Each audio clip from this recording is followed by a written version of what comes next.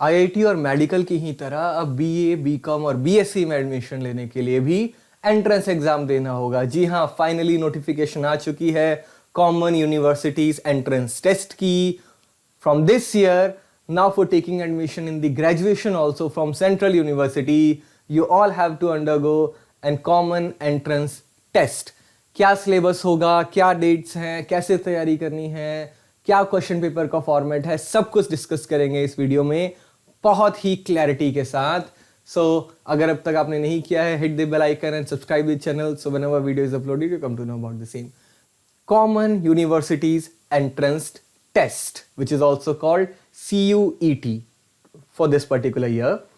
Notification आई है। Paper कौन बनाएगा सबसे पहले? बिल्कुल जी, पेपर बनाएगा नेशनल टेस्टिंग एजेंसी, NTA। बिल्कुल, ये वही NTA है जो नीट का पेपर और JEE मेंस का पेपर बनाती है। ठीक है, ये like NTA has been given the responsibility of conducting the undergraduate entrance test for all the central universities. Let me repeat, mainly central universities के लिए ही हैं, लेकिन स्टेट यूनिवर्सिटीज़ बहुत सारी हैं। अगर वो चाहें तो इसके एंट्रेंस के, इसके रैंकिंग के बेसिस पे एडमिशन दे सकती हैं across all the central universities. आपको मालूम होगा शायद यूनिवर्सिटीज़ दो टाइप की होती हैं, सेंट्रल यूनिवर्सिटी, स्टेट यूनिवर्सिटी। दो एग्जांपल देता हूँ, लाइक यूनिवर्सिटी ऑफ दिल्ली एक सेंट्रल यूनिवर्सिटी है, किसी भी स्टेट का स्टूडेंट उसमें एडमिशन ले सकता है। On the other hand Chaudhary Charan Singh university हमारी यूपी की एक स्टेट यूनिवर्सिटी है, दिल्ली यूनिवर्सिटी सेंट्रल यूनिवर्सिटी है।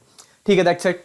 पेपर होएगा कैसे, इतना तो क्लियर हो गया है कि अब एंट्रेंस एग्जाम देना होगा। पहले इनके लिए 12th के मार्क्स के बेसिस पे हो जाया करता था खाली, अब एंट्रेंस एग्जाम होगा और ये एंट्रेंस एग्जाम होएगा computer based test. Online exam होएगा। ऑनलाइन का मतलब ये नहीं कि घर से देना है, सेंटर्स मिलेंगे, वहां जाके आपको एग्जाम देना होगा on a computer. MCQ questions होंगे। ठीक है, क्या और कुछ जानना है? यस, आप जब पूछेंगे रजिस्ट्रेशन कब से शुरू होंगे, डेट यहाँ गिवन है 2 अप्रैल से रजिस्ट्रेशन शुरू हो जाएंगे। लास्ट डेट होगी 30 अप्रैल 2020। सो 2 अप्रैल से 30 अप्रैल तक रजिस्ट्रेशन होंगे इसके लिए। गुड। क्वेश्चन पेपर कैसा होगा, क्या फॉर्मेट होएगा एग्जाम का? देखिए, क्वेश्चन पेपर में होंगे 4 सेक्शन। सेक्शन ए, सेक्शन जिसको 2 पार्ट में डिवाइड किया गया है, section 1, the first section 1। Section 1 को फर्दर इन्होंने डिवाइड किया है सेक्शन 1A और सेक्शन 1B में। जो सेक्शन 1 है it is mainly focused on languages.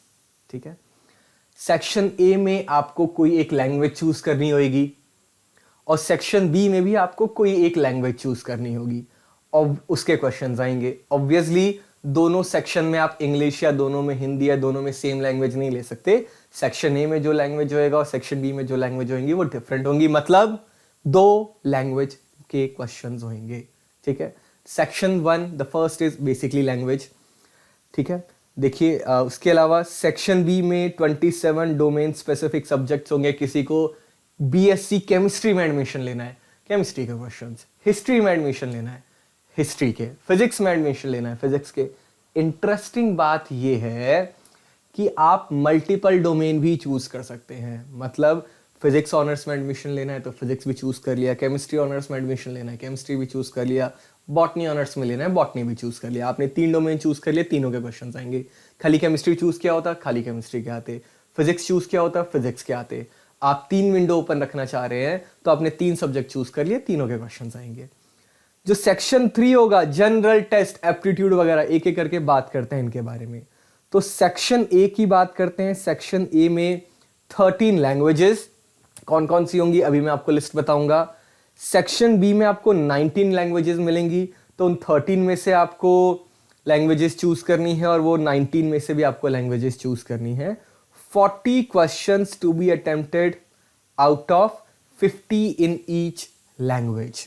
ठीक है, क्या पूछा जाएगा भाई लैंग्वेज का? Reading comprehension, different type of phrases, factual literacy, narrative, वही जो इंग्लिश में बेसिकली होता है।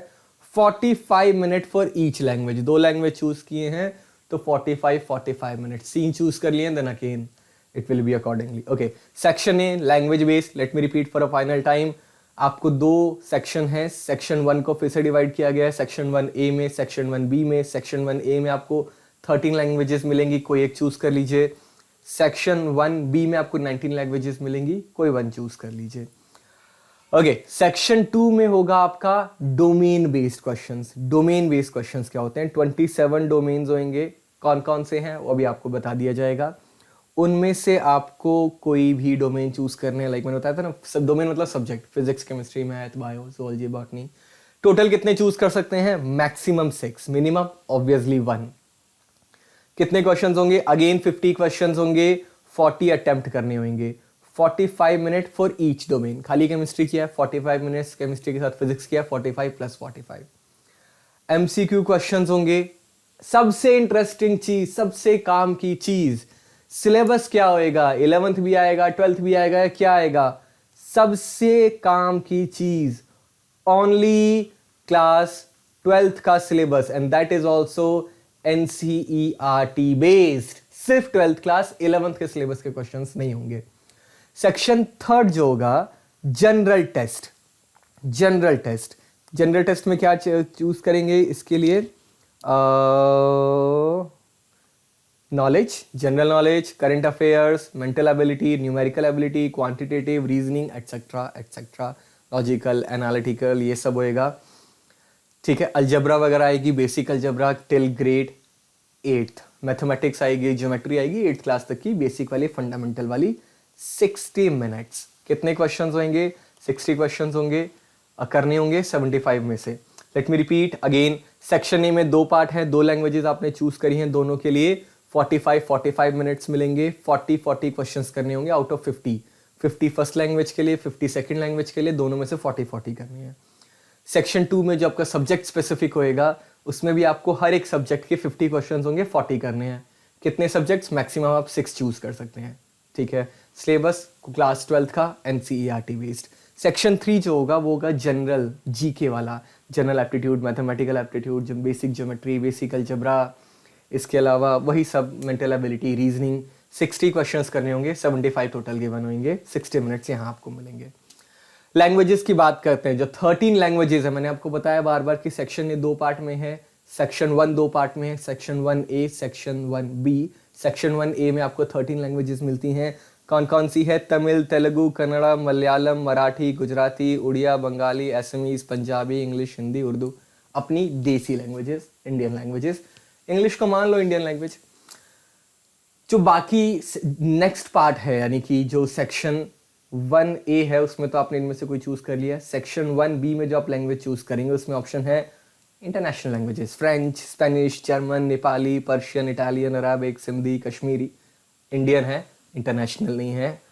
Let me correct myself, Kashmiri is an Indian language. इसके अलावा again is another man unknown हूँ इस लैंग्वेज को लेकर के।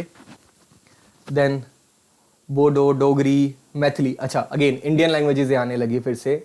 Maithili, Bodo, Dogri, Manipuri, then Tibetan, Japanese, Russian, Chinese, mixed है। ठीक है, डन। तो 19 लैंग्वेजेस हैं, 19 लैंग्वेजेस में से आपको चूज करना होगा।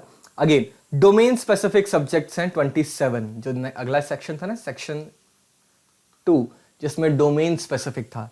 अगेन अकाउंटेंसी, अब देखने अपने सारे ही 12th के सब्जेक्ट्स हैं यार। अकाउंटेंसी, बुक कीपिंग, बायोलॉजी, मेरा फेवरेट सब्जेक्ट केमिस्ट्री। ठीक है, केमिस्ट्री कॉन्सेप्ट चैनल का नाम है, केमिस्ट्री का सब्जेक्ट है मेरा मेन। अच्छा, इनमें से आपको एक चूज करना होगा। ठीक है, बढ़िया बढ़िया बढ़िया, ओके डन। उसके बाद में क्या बच्चा सिर्फ 2 लैंग्वेज चूज कर सकता है? बिल्कुल नहीं, एक्चुअली 3 लैंग्वेज चूज कर सकते हैं आप। लिखा है ना, a candidate can choose maximum of any 3 languages from section 1A and from section 1B taken together. लेकिन one of the language chooser need to be domain specific subject. मतलब ऐसा नहीं होना चाहिए कि केमिस्ट्री जो इंग्लिश में है तो आपने हिंदी चूज कर लिया, इंग्लिश चूज ही नहीं किया। That's like this. Section 2 offers 27 subjects, candidate में choose maximum of 6 subject. Section 3 general test बात करी ली हमने। For choosing language from section 1A and section 1B maximum of 6, again यही है, फिर से रिपीट हो रही है बात, maximum of 3 languages, 6 subjects choose कर सकते हैं आप सेक्शन 2 में। और जनरल तो टेस्ट सबको देना ही है, इट मस्ट। ठीक है, done. Test of pattern, MCQ, languages 13 languages, medium कुछ भी एक चूज कर सकते हैं आप। ठीक है, सेक्शन 1A एंड 1B में से language to be tested through reading comprehensive, ये सब बात कर चुके हैं हम लोग। सेक्शन 2 जो है सब्जेक्ट स्पेसिफिक होगा, NCERT based, only class 12th। और सेक्शन 3 में तो वही general aptitude, GK etcetera etcetera. That's it. Registration start हो जाएगा।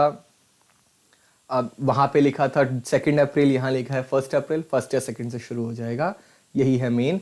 इसके अलावा लेवल ऑफ द क्वेश्चंस बता ही दिया है आपको, सिर्फ क्लास 12th के क्वेश्चंस ही आएंगे। That's it, that's it. Number of attempts, if any university permit students to of previous year of class 12 to take admission into current year, also such students will be eligible। भाई देखो ऐसा है, बात सारी सी ये है, कितने नंबर ऑफ अटेम्प्ट्स हैं आपको, मान लिया एक XYZ यूनिवर्सिटी में एडमिशन लेना है, अगर वो आपको 2 अटेम्प्ट अलाउ करती है तो आप 2 बार ये CET देंगे, अगर वो 5 बार अलाउ करती है आप 5 बार देंगे, अगर 1 बार अलाउ करती है तो आप 1 ही बार देंगे। मतलब इनका अपना कोई नंबर ऑफ अटेम्प्ट नहीं है, आप दे लो एग्जाम। एडमिशन आपको अल्टीमेटली एक यूनिवर्सिटी में लेना है। आपने 3-4 बार CUT क्वालिफाई किया, चौथी बार में किया, लेकिन वो कहती है यूनिवर्सिटी नहीं जी हम तो सिर्फ 2nd बार वाले को ही देते हैं। तो इट डिपेंड्स अपॉन यूनिवर्सिटी कि वो कितना अलाउ करती है। Choice of the language and the subject, generally the language subject chosen should be as one that student has opted. अच्छा, दैट्स इट। अगेन बढ़िया भैया, कौन से सब्जेक्ट चूज कर लें हम लोग, कौन सा सब्जेक्ट चूज करें? अब ऐसा बिल्कुल नहीं हो सकता कि मैंने PCM पढ़ी और मैं बायोलॉजी चूज कर रहा हूं, मेक सेंस। या मेरे पास इकोनॉमिक्स थी नहीं लेकिन मैंने एंट्रेंस एग्जाम इकोनॉमिक्स का दे दिया, बिल्कुल नहीं। और या फिर मेरा जो 12th है उसमें मैंने संस्कृत पढ़ी नहीं है लेकिन मैं एंट्रेंस एग्जाम संस्कृत का देने लगा, नहीं।